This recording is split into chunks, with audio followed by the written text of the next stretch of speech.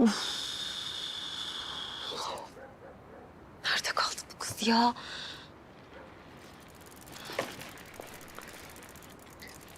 Neredesin sen?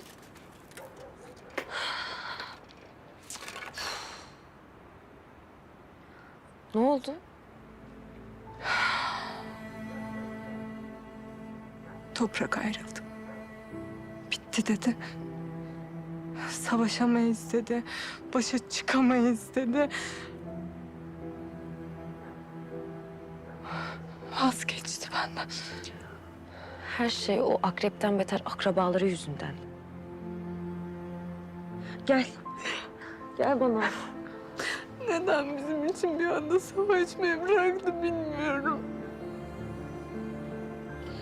Gonca. Ay.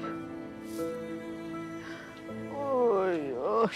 Oy bir haber etsen ya.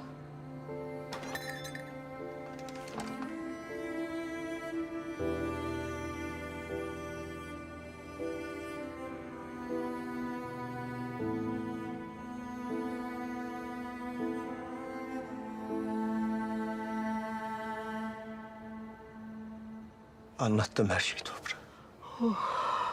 Birlikte polise de gittik. Derken Rıfat Ağa çıktı karşımıza. Rıfat Ağa vazgeçirdi. Tehdit etti. Rıfat Ağa Gonca'ya bir şey yapacak diye vazgeçti Toprak. O her şeyler yapar. Şeytanın önünde giden o.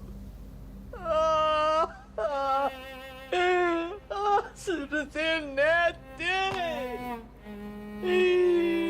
Ah, geç kaldın sen. Sen çok geç kaldın.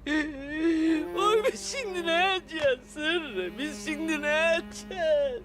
Biliyorum anam yarısı. Biliyorum. Sana da cennete de zarar verecekler diye çok korktum. Çok korktum. Aynı şeyleri tekrar etmenin bir anlamı da yok. Onu da biliyorum. Ben gidiyorum buralarda. Allah razı olsun senden.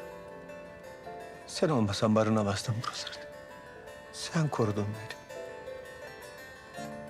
Deli dediler bana. Meczup dediler. Göğsünü yere yere siper etti. Köy meydanında taşladılar. O taş bana gelsin diye önlerini atladın. Bunca şeyden sonra bakamam ben senin yüzüne.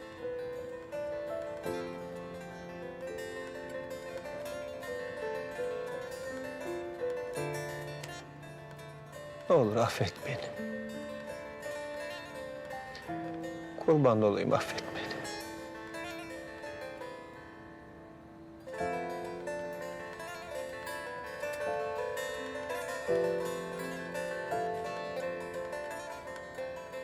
Kal sağlıcakla. Allah'a emanet ol.